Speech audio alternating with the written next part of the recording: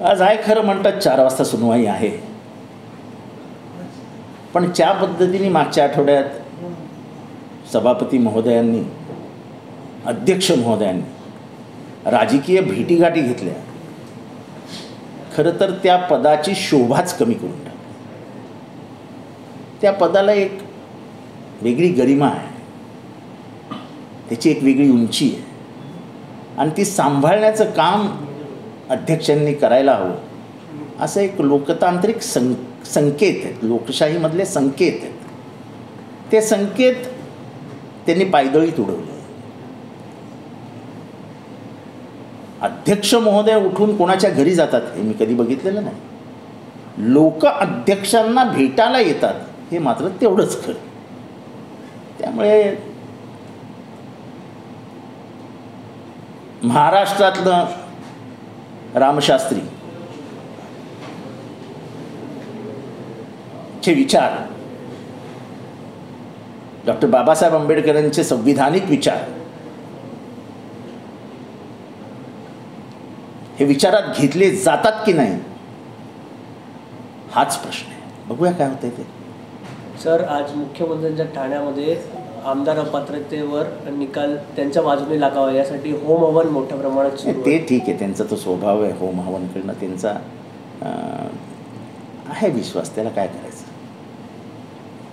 आणि त्यांना यश पण मिळतंय, त्याच्यामुळे कदाचित त्यांचा विश्वास अजून वाढत चालला असेल. सुनील केदार सुटले याचा मला आनंद आहे. धाडसी, आक्रमक, कोणाच्याही विचारांशी तडजोड न करणारा, आपले विचार ठामपणे मांडणारा माझा अतिशय जवळचा मित्र सुनील केदार सुटला आहे. वाघाला पिंजऱ्यात बंद करून ठेवू शकले नाहीत.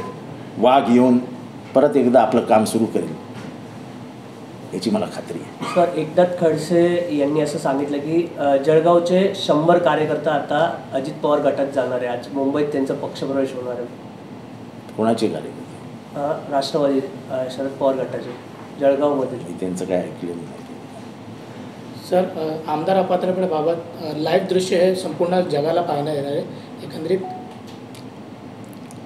सर्व लाईव्ह होणार आहे. असं आहे की जर लाईव्हच करायचं होतं तर मग या साक्षी पुरावे झाले ते लाईव्ह करायला हवे होते ना. म्हणजे अध्यक्ष किती चिडतात. अध्यक्ष जजच्या भूमिकेत. म्हणजे ज्यावेळेस क्रॉस होत होतं, आमदारांना प्रश्न विचारले जात होते, तेव्हा मध्येच अध्यक्ष चिडायचे. कारण त्यांच्या चिडण्याचा काही संबंधच नाही. मग हे सगळं लाईव्ह जायला पाहिजे होतं ना. मग स्वरूप समजलं असतं की ट्रायब्युनल म्हणजेच कोर्टात काय चालू आहे. आता तुम्ही काय निकाल वाचणार तो तुम्ही जगाला दाखवणार म्हणजे तुम्ही या देशाच्या चीफ जस्टिसपेक्षा मोठे झाले आहेत.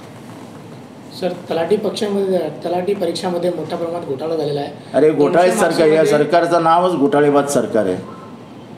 ते कर्नाटकामध्ये 40% घ्यायचे, इथे तर 50%चा रेट झाला आहे. 200 मार्क्सच्या पेपरमध्ये 214 मार्क्स पडलेले आहे. आता तुम्हीच विचार करा आणि सांगा की 200 मार्काच्या पेपरमध्ये 214 मार्क पडतात. आता हसायचं का रडायचं? सर, प्रायव्हेट संस्थेकडनं अशा प्रकारचे भरती होऊन पण हा जर प्रकार होत असेल तर असं आहे की सेटिंग, फिटिंग, कटिंग, CTF वर सरकार चालू आहे. सेटिंग, SC, कटिंग आणि फिटिंग. सेटिंग लावायचं, कटिंग करायचं आणि मग फिटिंग करून घ्यायचं. ह्याच्यावरती सरकार आहे.